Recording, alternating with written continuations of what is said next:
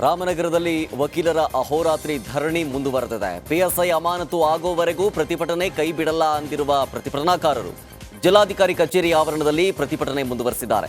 DC ಕಚೇರಿ ಆವರಣದಲ್ಲೇ ಮಲಗಿ ಸರ್ಕಾರದ ವಿರುದ್ಧ ಆಕ್ರೋಶವನ್ನು ಹೊರಹಾಕಿದ್ದಾರೆ. ರಾಮನಗರದಲ್ಲಿ 15 ವಕೀಲರ ವಿರುದ್ಧ ಸುಳ್ಳು ದೂರು ದಾಖಲು ಕೇಸ್ ವಿಧಾನಸಭೆಯಲ್ಲೂ ಕೂಡ ಭಾರೀ ಗಲಾಟೆ ಗದ್ದಲಕ್ಕೆ ಕಾರಣ ಆಯಿತು. ಐಜೂರು ಪಿಎಸ್ಐ ತನ್ವೀರ್ ಅಮಾನತಿಗೆ ಬಿಜೆಪಿ ಸದಸ್ಯರು ಪಟ್ಟು ಹಿಡಿದಿದ್ದು, ಗೃಹ ಸಚಿವ ಡಾಕ್ಟರ್ ಜಿ ಪರಮೇಶ್ವರ ಮಾತಿಗೆ ಒಪ್ಪದೆ ಸದನದ ಬಾವಿಗಿಳಿದು ಪ್ರತಿಭಟನೆ ಮಾಡಿದ್ರು. ಸಿದ್ದರಾಮಯ್ಯ ಸರ್ಕಾರದ ವಿರುದ್ಧ ಘೋಷಣೆ ಕೂಗಿದ್ರು. ನಮ್ಮ ಅನುಮತಿಯೊಂದಿಗೆ 2024ನೇ ಸಾಲಿನ ಕರ್ನಾಟಕ ಸ್ಟ್ಯಾಂಪ್ ತಿದ್ದುಪಡಿ ವಿಧೇಯಕವನ್ನು ಮಂಡಿಸಲು ಅನುಮತಿ ಕೋರುತ್ತೇನೆ. ಪ್ರಸ್ತಾವನೆ ಮಂಡಿಸಲಾಯಿತು.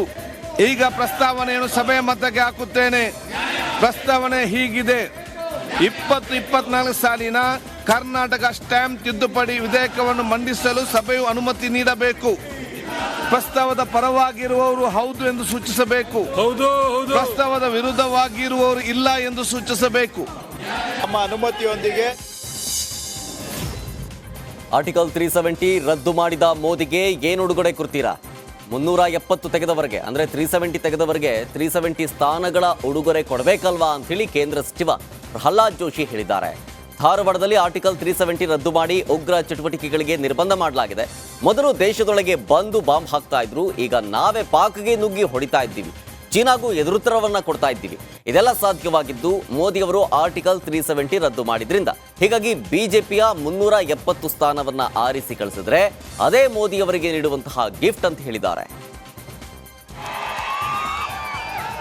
ಆರ್ಟಿಕಲ್ 370 ತೆಗೆದು ಈ ದೇಶದಲ್ಲಿ ಏನು ಉಗ್ರಗಾಮಿ ಚಟುವಟಿಕೆಗಳು ನಡೀತಾ ಇತ್ತು, ಆ ಉಗ್ರಗಾಮಿ ಚಟುವಟಿಕೆಗಳನ್ನು ಸಂಪೂರ್ಣ ಬಂದ್ ಮಾಡಿದಂತವರು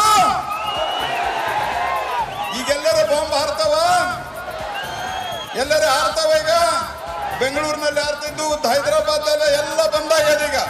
ಯಾಕಂದ್ರೆ 370 ಕಿತ್ತಿ ಎಸೆದು ಯಾರು ನಮ್ಮ ದೇಶದ ಒಳಗಡೆ ಬಂದು ಬಾಂಬ್ ಹಾಕೋ ಕೆಲಸ ಮಾಡ್ತಾ ಇದ್ರು ಅವರ ಮನೆ ಹೊಕ್ಕು ಹೊಡೆಯುವಂತ ಕೆಲಸವನ್ನ, ಪಾಕಿಸ್ತಾನ ಒಳಗಡೆ ಹೊಕ್ಕು ಹೊಡೆಯುವ ಕೆಲಸವನ್ನು ಯಾರು ಮಾಡಿದ್ರು? ಚೈನಾಕ್ಕೂ ಎದುರುತ್ತರವನ್ನ ಕೊಟ್ಟಂತ ಕಲ್ವಾಮದಲ್ಲಿ ಯಾರು ಮಾಡಿದ್ರು? 370 ತೆಗೆದಂತ ಮೋದಿಗೆ ಏನು ಗಿಫ್ಟ್ ಕೊಡ್ಬೇಕು? ನಾವು 370 ಸೀಟುಗಳನ್ನು ಆರಿಸಿ ಕಳಿಸಬೇಕು. 370 ಬಿಜೆಪಿಯ ಸೀಟ್ ಆರಿಸಿದ್ರೆ ಮೋದಿ 370 ತೆಗೆದು ದೇಶವನ್ನು ಸುರಕ್ಷತೆ ಮಾಡಿದ್ದಾರೆ. ಅದಕ್ಕೆ ಮೋದಿ ಅವರಿಗೆ ಕೊಟ್ಟಂತ ಒಂದು ಗಿಫ್ಟ್ ಆಗ್ತದೆ ಅನ್ನುವಂತಹ ಮಾತನ್ನ. ಲೋಕಸಭಾ ಚುನಾವಣೆ ಹೊತ್ತಲ್ಲೇ ಕರ್ನಾಟಕ ಕುರುಕ್ಷೇತ್ರದ ಕದನ ಕಣದಲ್ಲಿ ಟ್ಯಾಕ್ಸ್ ಫೈಟ್ ಜೋರಾಗಿದೆ. ಇನ್ನು ಕೇರಳದ ವಯನಾಡಿನಲ್ಲಿ ಕರ್ನಾಟಕ ಆನೆಯಿಂದ ಮೃತರಾದ ವ್ಯಕ್ತಿಗೆ ಸರ್ಕಾರ 15 ಲಕ್ಷ ಪರಿಹಾರವನ್ನ ಘೋಷಿಸಿದ್ದು ವಿರೋಧ ಪಕ್ಷಗಳ ಕಣ್ಣು ಕೆಂಪಗಾಗಿಸಿದೆ. ಇನ್ನು ರಾಹುಲ್ ಗಾಂಧಿಯನ್ನ ಖುಷಿಪಡಿಸುವುದಕ್ಕೆ ರಾಜ್ಯದ ತೆರಿಗೆ ಹಣವನ್ನು ಕೊಡಲಾಗ್ತಿದೆ ಅಂತ ಬಿಜೆಪಿ ನಾಯಕರು ಕಿಡಿಕಾರಿದ್ದಾರೆ.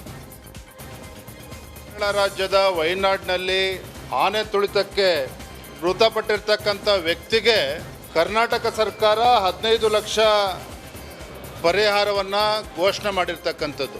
ಕೇರಳ ರಾಜ್ಯದ ವಯನಾಡ್ ಪ್ರದೇಶದಲ್ಲಿ ಆನೆ ತುಳಿತಕ್ಕೆ ಒಳಗಾಗಿರ್ತಕ್ಕಂಥ ವ್ಯಕ್ತಿಗೆ 15 ಲಕ್ಷವನ್ನು ಕರ್ನಾಟಕ ಸರ್ಕಾರ ಘೋಷಣೆ ಮಾಡಿರ್ತಕ್ಕಂಥದ್ದು ಯಾರ ಆದೇಶದ ಮೇರೆಗೆ ಅಂತ ಹೇಳಿದರೆ, ಕಾಂಗ್ರೆಸ್ ಪಕ್ಷದ ಮುಖಂಡ ಕೇರಳ ರಾಜ್ಯದ ಸಂಸದರಾಗಿರ್ತಕ್ಕಂಥ ರಾಹುಲ್ ಗಾಂಧಿ ಅವರ ಆದೇಶದ ಮೇರೆಗೆ ನಮ್ಮ ಸರ್ಕಾರ ಈ ರೀತಿ ನಿರ್ಧಾರ ತೆಗೆದುಕೊಂಡಿರ್ತಕ್ಕಂಥದ್ದು. 15 ಲಕ್ಷ ರೂಪಾಯಿ ಕೊಟ್ಟಿರ್ತಕ್ಕಂಥದ್ದು. ಭಾರತೀಯ ಜನತಾ ಪಾರ್ಟಿ ಇದನ್ನು ಖಂಡಿಸ್ತದೆ. ಕೇರಳದಲ್ಲಿ ಆನೆ ದಾಳಿಗೆ ಬಲಿಯಾದವರಿಗೆ 15 ಲಕ್ಷ ಪರಿಹಾರವನ್ನ ನೀಡಿರುವಂತಹ ಸರ್ಕಾರ ಹಾಸನದಲ್ಲಿ ಆನೆ ದಾಳಿಯಿಂದ ಮಡಿದ ರೈತ ಕುಟುಂಬವನ್ನು ಮಾತ್ರ ಸಂಪೂರ್ಣವಾಗಿ ಕಡೆಗಣಿಸಿದೆ. 2022ರ ನವೆಂಬರ್ 1ರಂದು ಕಾಡಾನೆ ದಾಳಿಗೆ ಮನು ಬಲಿಯಾಗಿದ್ದ. 15 ಲಕ್ಷ ಪೈಕಿ ಕೇವಲ 7.50 ಲಕ್ಷ ಪರಿಹಾರ ಮಾತ್ರ ನೀಡಿದೆ. ಇನ್ನು ಕಾಂಗ್ರೆಸ್ ನಾಯಕ ರಾಹುಲ್ ಗಾಂಧಿ ಮನವಿ ಮೇರೆಗೆ ಆನೆ ತುಳಿತಕ್ಕೊಳಗಾದ ವ್ಯಕ್ತಿಯ ಕುಟುಂಬಸ್ಥರಿಗೆ 15 ಲಕ್ಷ ರೂಪಾಯಿ ಪರಿಹಾರ ಕೊಡಲಾಗಿದೆ ಅಂತ ಹೇಳಿ ಅರಣ್ಯ ಸಚಿವ ಈಶ್ವರ್ ಖಂಡ್ರೆ ಹೇಳಿದ್ದಾರೆ. ರಿಪಬ್ಲಿಕ್ ಕನ್ನಡಕ್ಕೆ ಎಕ್ಸ್ಕ್ಲೂಸಿವ್ ಆಗಿ ಹೇಳಿಕೆ ನೀಡಿರೋ ಅವರು ಬಿಜೆಪಿಯವರಿಗೆ ಹೇಳೋದಕ್ಕೆ ಏನೂ ಇಲ್ಲ, ಹೀಗಾಗಿ ಇಂಥ ವಿಚಾರದಲ್ಲಿ ರಾಜಕೀಯ ಮಾಡ್ತಾ ಇದ್ದಾರೆ. ರೈತರಿಗೆ ಪರಿಹಾರ ನೀಡಿದ್ದೇವೆ, ಯಾರಿಗೂ ಅನ್ಯಾಯ ನಮ್ಮ ಸರ್ಕಾರ ಮಾಡಿಲ್ಲ ಅಂತ ಹೇಳಿದ್ದಾರೆ.